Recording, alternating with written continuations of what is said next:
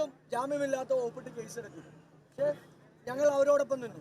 Shrimati Uma Thomas, Shri TJ Vinod, Shri Hibi Eden MP, Shri Anwar Sadath MLA, Shri Abdul Muthalib, Shrimati Deepthi Mary Varghese ഉൾപ്പെടെയുള്ള മുഴുവൻ കോൺഗ്രസിൻ്റെ ജനപ്രതിനിധികളും നേതാക്കന്മാരും ഈ അർദ്ധരാത്രി 3 മണിക്കും ഈ പോലീസ് സ്റ്റേഷന് മുമ്പിൽ ഞങ്ങളുടെ സഹപ്രവർത്തകർ, കോൺഗ്രസ് പാർട്ടിയെ അത്രയധികം നെഞ്ചിലേറ്റുന്ന യൂത്ത് കോൺഗ്രസിൻ്റെയും സഹപ്രവർത്തകരാണ്. എത്രയോ വനിതാ നേതാക്കന്മാരാണ്, മഹിളാ കോൺഗ്രസിൻ്റെ നേതാക്കന്മാരാണ്, ജനപ്രതിനിധികളാണ് ഇവിടെ ഈ 3 മണി സമയം വരെ ഇവിടെ എത്തിച്ചത്. നിങ്ങൾ കണ്ടില്ലേ,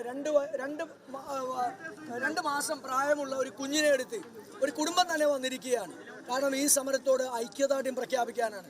ഈ ജനവിരുദ്ധമായിട്ടുള്ള ഈ നടപടികളുമായി പോകുന്ന, ഈ കേരളത്തിലെ സമ്പത്ത് മുഴുവൻ ദൂർത്തഴിക്കുന്ന, പാവപ്പെട്ടവർക്ക് ജീവിക്കാൻ കഴിയാത്ത സാഹചര്യം ഉണ്ടാക്കുന്ന ഈ സർക്കാരിനെതിരെ പ്രതിഷേധിക്കുന്നവരെ തെരുവിൽ നേരിടുന്ന പിണറായി വിജയന്റെ ഗുണ്ടകളെ പോലെയായ പോലീസിനെതിരായി കോൺഗ്രസ് നടത്തുന്ന അതിശക്തമായിട്ടുള്ള സമരവും പോരാട്ടവും ആ പോരാട്ടം ഇതിനേക്കാൾ അതിശക്തമായി ഞങ്ങൾ മുന്നോട്ട് കൊണ്ടുപോകും.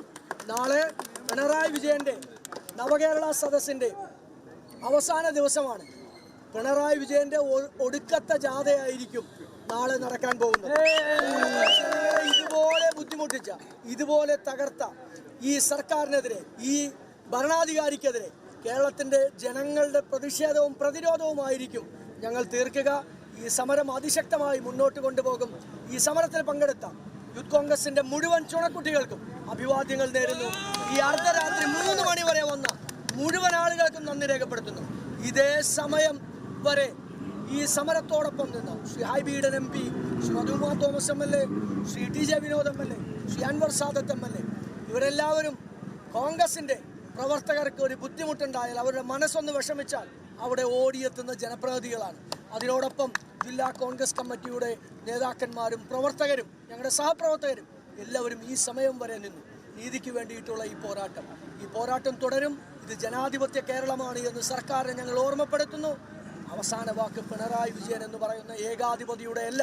ഈ നാട്ടിലെ നീതിന്യായ വ്യവസ്ഥിതികൾ, നിയമവ്യവസ്ഥിതികളുണ്ട്. ആ നിയമവ്യവസ്ഥിതികളെയാണ് ഞങ്ങൾ മാനിക്കുന്നത്, അതിനെയാണ് ഞങ്ങൾ മുറുകെ പിടിക്കുന്നത്. ഈ സർക്കാരിൽ നിന്ന് നീതി ലഭിക്കില്ല എന്നുള്ള ബോധ്യത്തോടു കൂടി ഈ സർക്കാരിനെതിരായിട്ടുള്ള പോരാട്ടം അതിശക്തമായി ഞങ്ങൾ മുന്നോട്ട് കൊണ്ടുപോകും എന്നുകൂടി പറയും. യൂത്ത് കോൺഗ്രസ് സിന്ദാബാദ്!